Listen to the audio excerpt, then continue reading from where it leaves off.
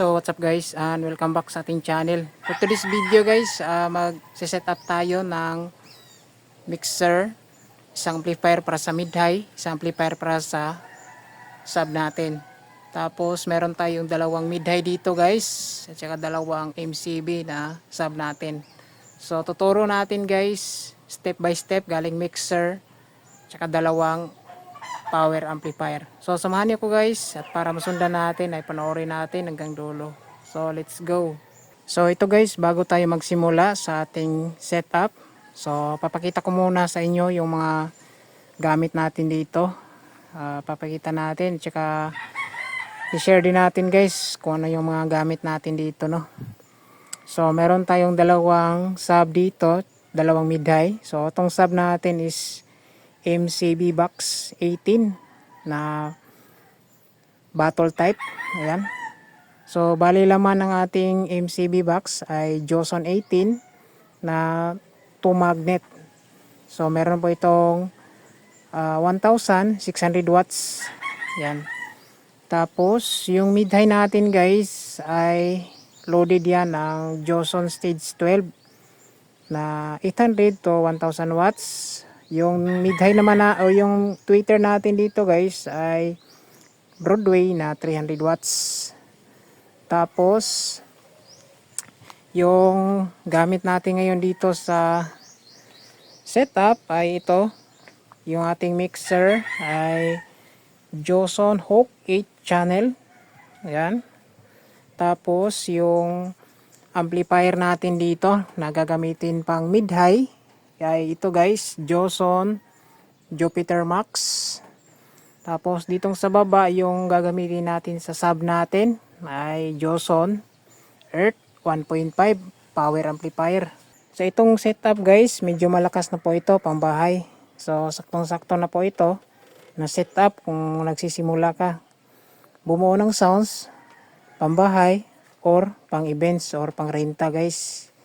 Yan. So kailangan meron kang mixer kung nagbabala ka pumasok sa pang events na sounds, dahil pinaka-importante na gamit ay yung mixer. Yan. Tapos amplifier, ito guys. Yan.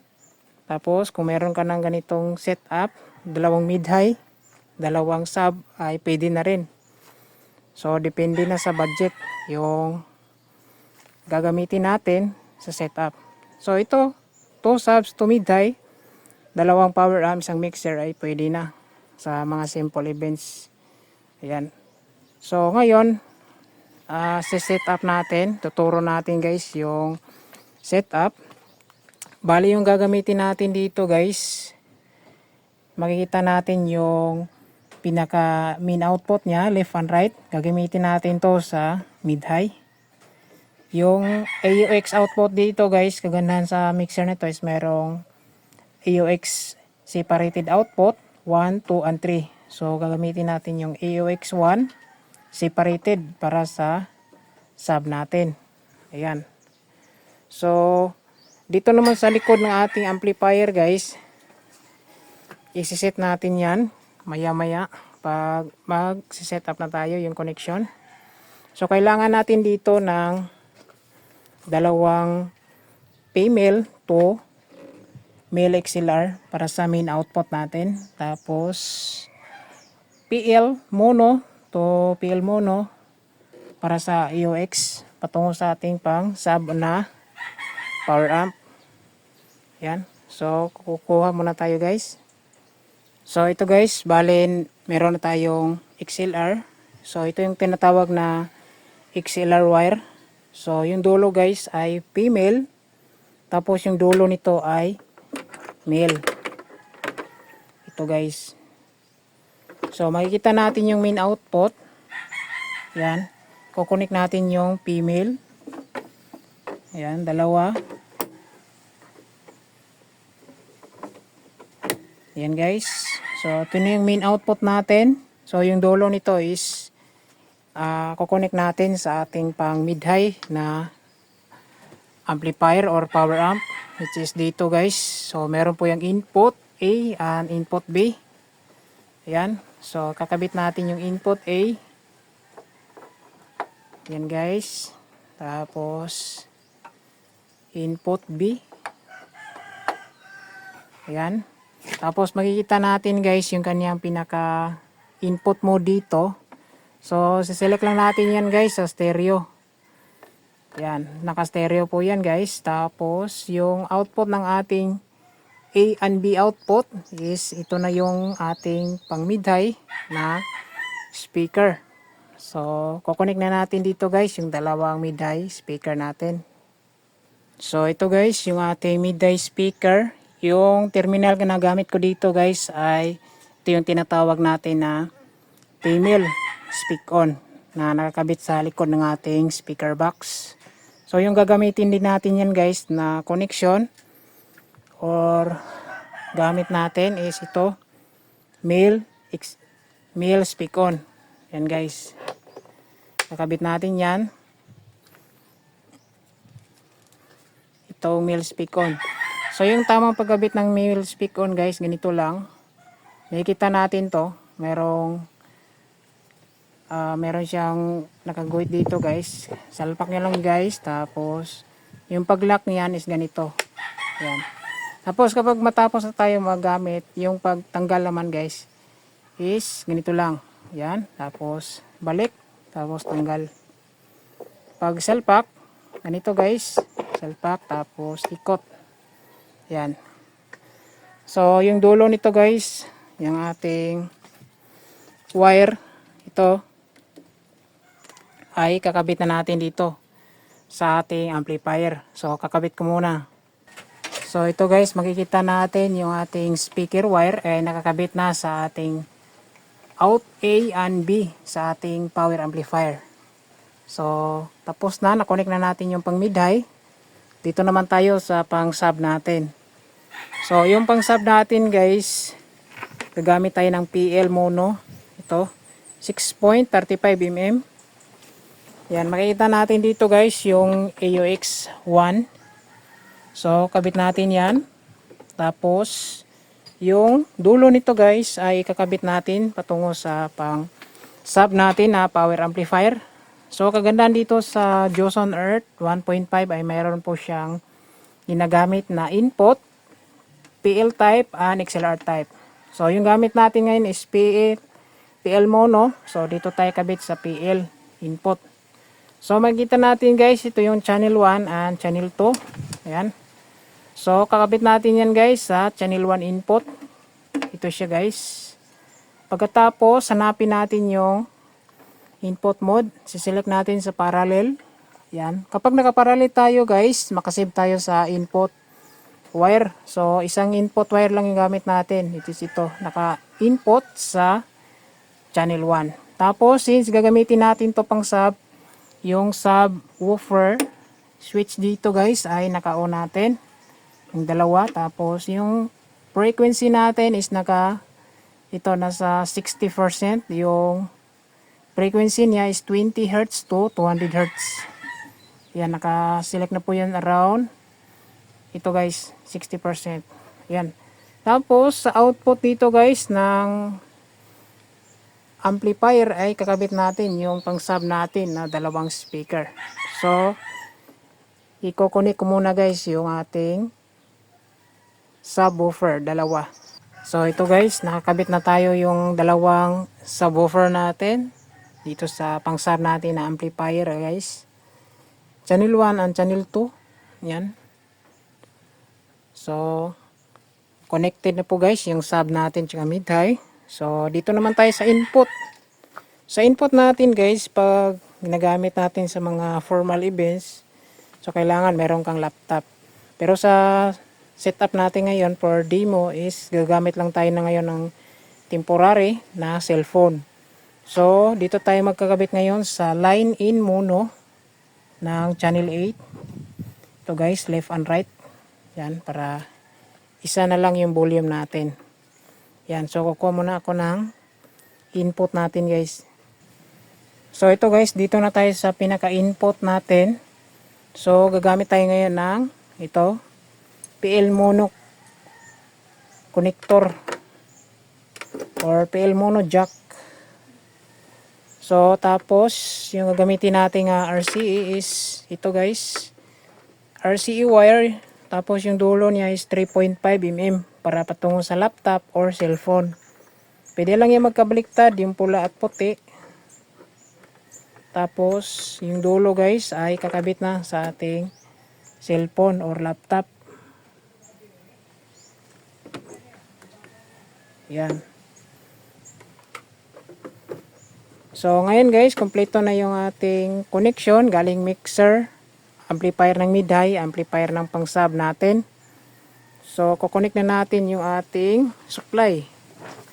Ito, yung supply natin. Ayan, gamit natin na outlet guys. Ito is Omni. DIY ko lang to. Tapos yung wire na gamit ko dito guys ay ito makapal, 16. So mas maina, meron kang 14 kung malaking watts na yung mga amplifier mo. Pero dito guys, medyo isa lang yung power arm natin dito. So ito lang yung gagamitin natin. Yan.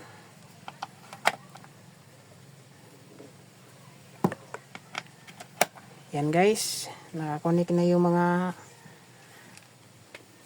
cord natin. So unahin natin power on yung mixer. Ayan, naka power on na po siya. Yung ating amp sa mid-high.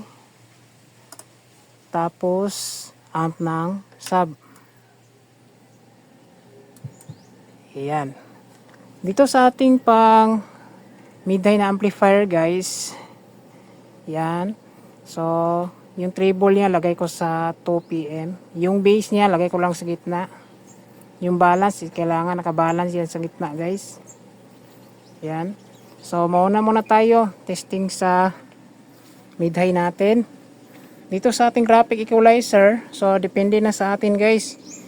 Kung ano yung settings natin dito. Yan. So ito, gagalawin natin, up natin konti yung 160 dB. Yan. Yung 400 Hz. Plain ko lang gitna. Tapos yung 2.5 kHz, up ko ng konti. Yan. Magandang kasi sa mixer na to guys ay meron siyang built-in na equalizer. Ayan. So, yung main volume natin sa mid-high guys, ito. Point lang natin 0 dB. Ito yung proper adjust ng main volume. Naka 0 dB talaga siya guys. Tapos ito na yung main volume natin sa ating mid-high. Yan. So, mag-volume tayo guys. Or mag-play tayo ng music. So, ito yung main source natin. Volume kasi nasa input tayo ng channel 8. So, ito yung channel 8 na 9 volume. So, play muna tayo ng music. So, dito guys, naka-play na ako ng music. So, isi-set ko muna guys yung ating volume ng mid-high. Yung amplifier ng mid-high natin, lagay natin sa 11 or 12. Depende na sa atin guys. So, sa atin, nasa 11 lang. Yan. So, yung ating trim dito guys. Yan. Lagay na lang natin sa 1/4. Ayan. Guys, yung EQ niya dito guys sa pinaka main input, naka half lang yung high, mid, and low.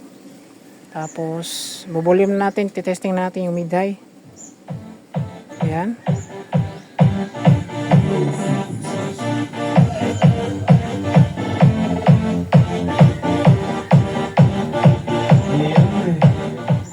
Bali yung labas ng ating mid high ngayon is parang full range type kasi yung bass natin dito is nakagitna.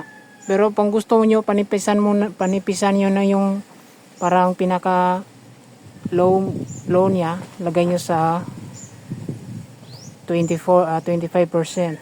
Yan. Or 30%. So, try natin.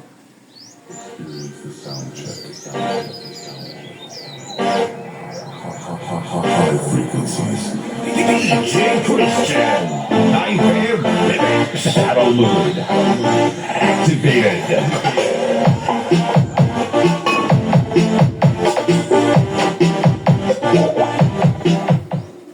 Ayan guys, meron ng audio yung ating mid-high. Ayan. Pakinggan natin.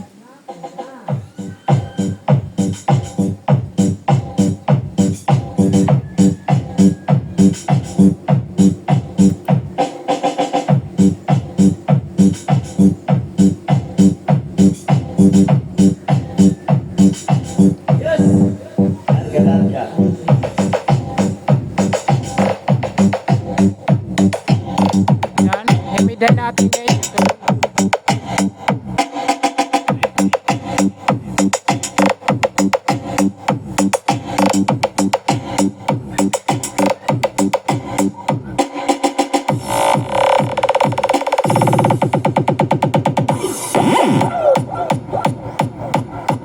Bring the noise!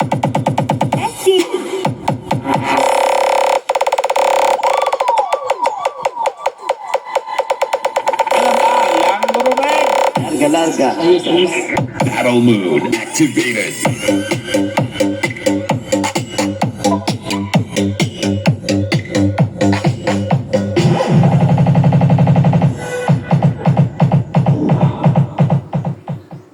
Yan guys, napakinggan natin. Meron ng audio yung ating pang mid-high.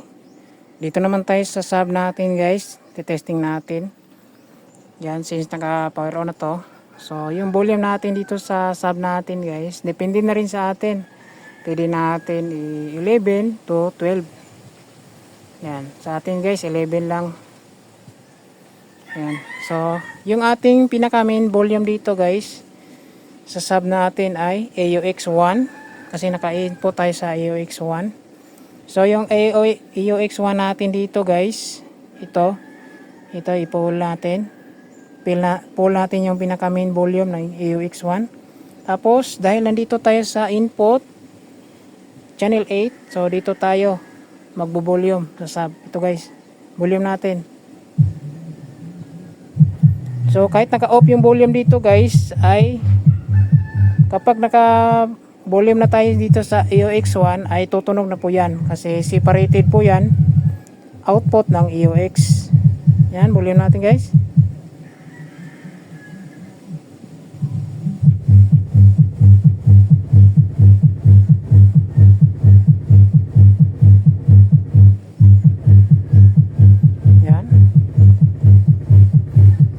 Check natin dalawang channel kung meron bang audio. Meron. Pwede pa natin palakasin.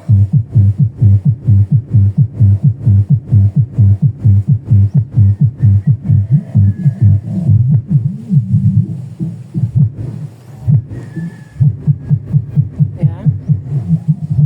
So meron ng tunog yung sub natin guys sa AUX.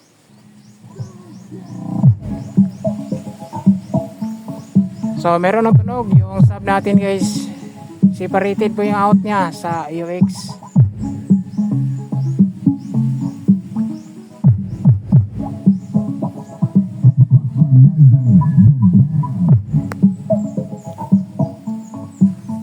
So ngayon, pagsabayan na natin. Lagyan natin ng mid-high.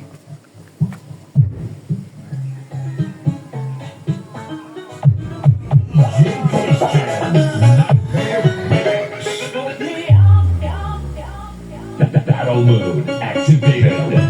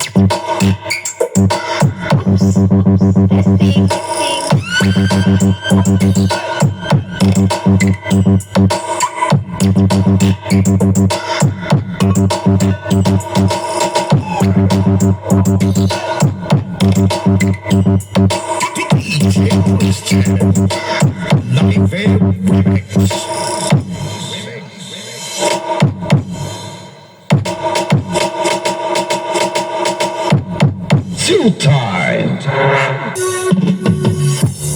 If I stay here just a little bit longer, if I stay here, won't you listen to my heart? Oh, my heart.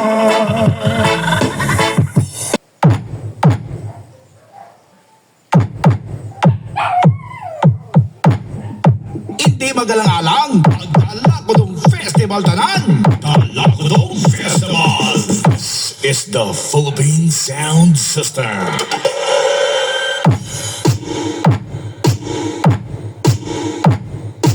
Alang-alang, Meg.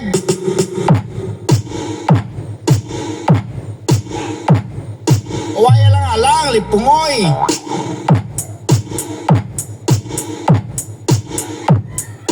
Alang-alang, oh. Kanang.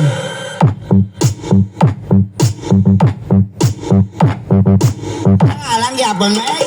Animal ka ba? Alang-alang, kid, Meg. Bulito.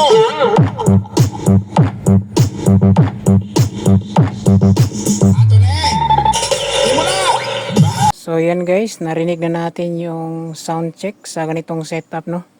So malakas na rin siya guys, no, sa ganitong setup kahit wala pang processor. Mixer lang, direct na sa mga power amplifier.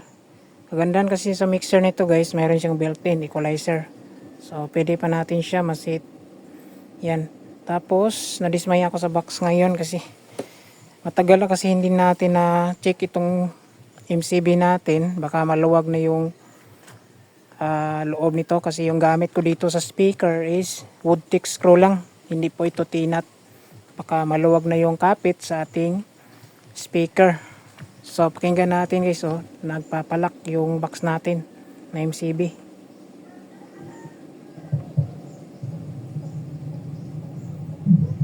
Yan, pakinggan nyo guys.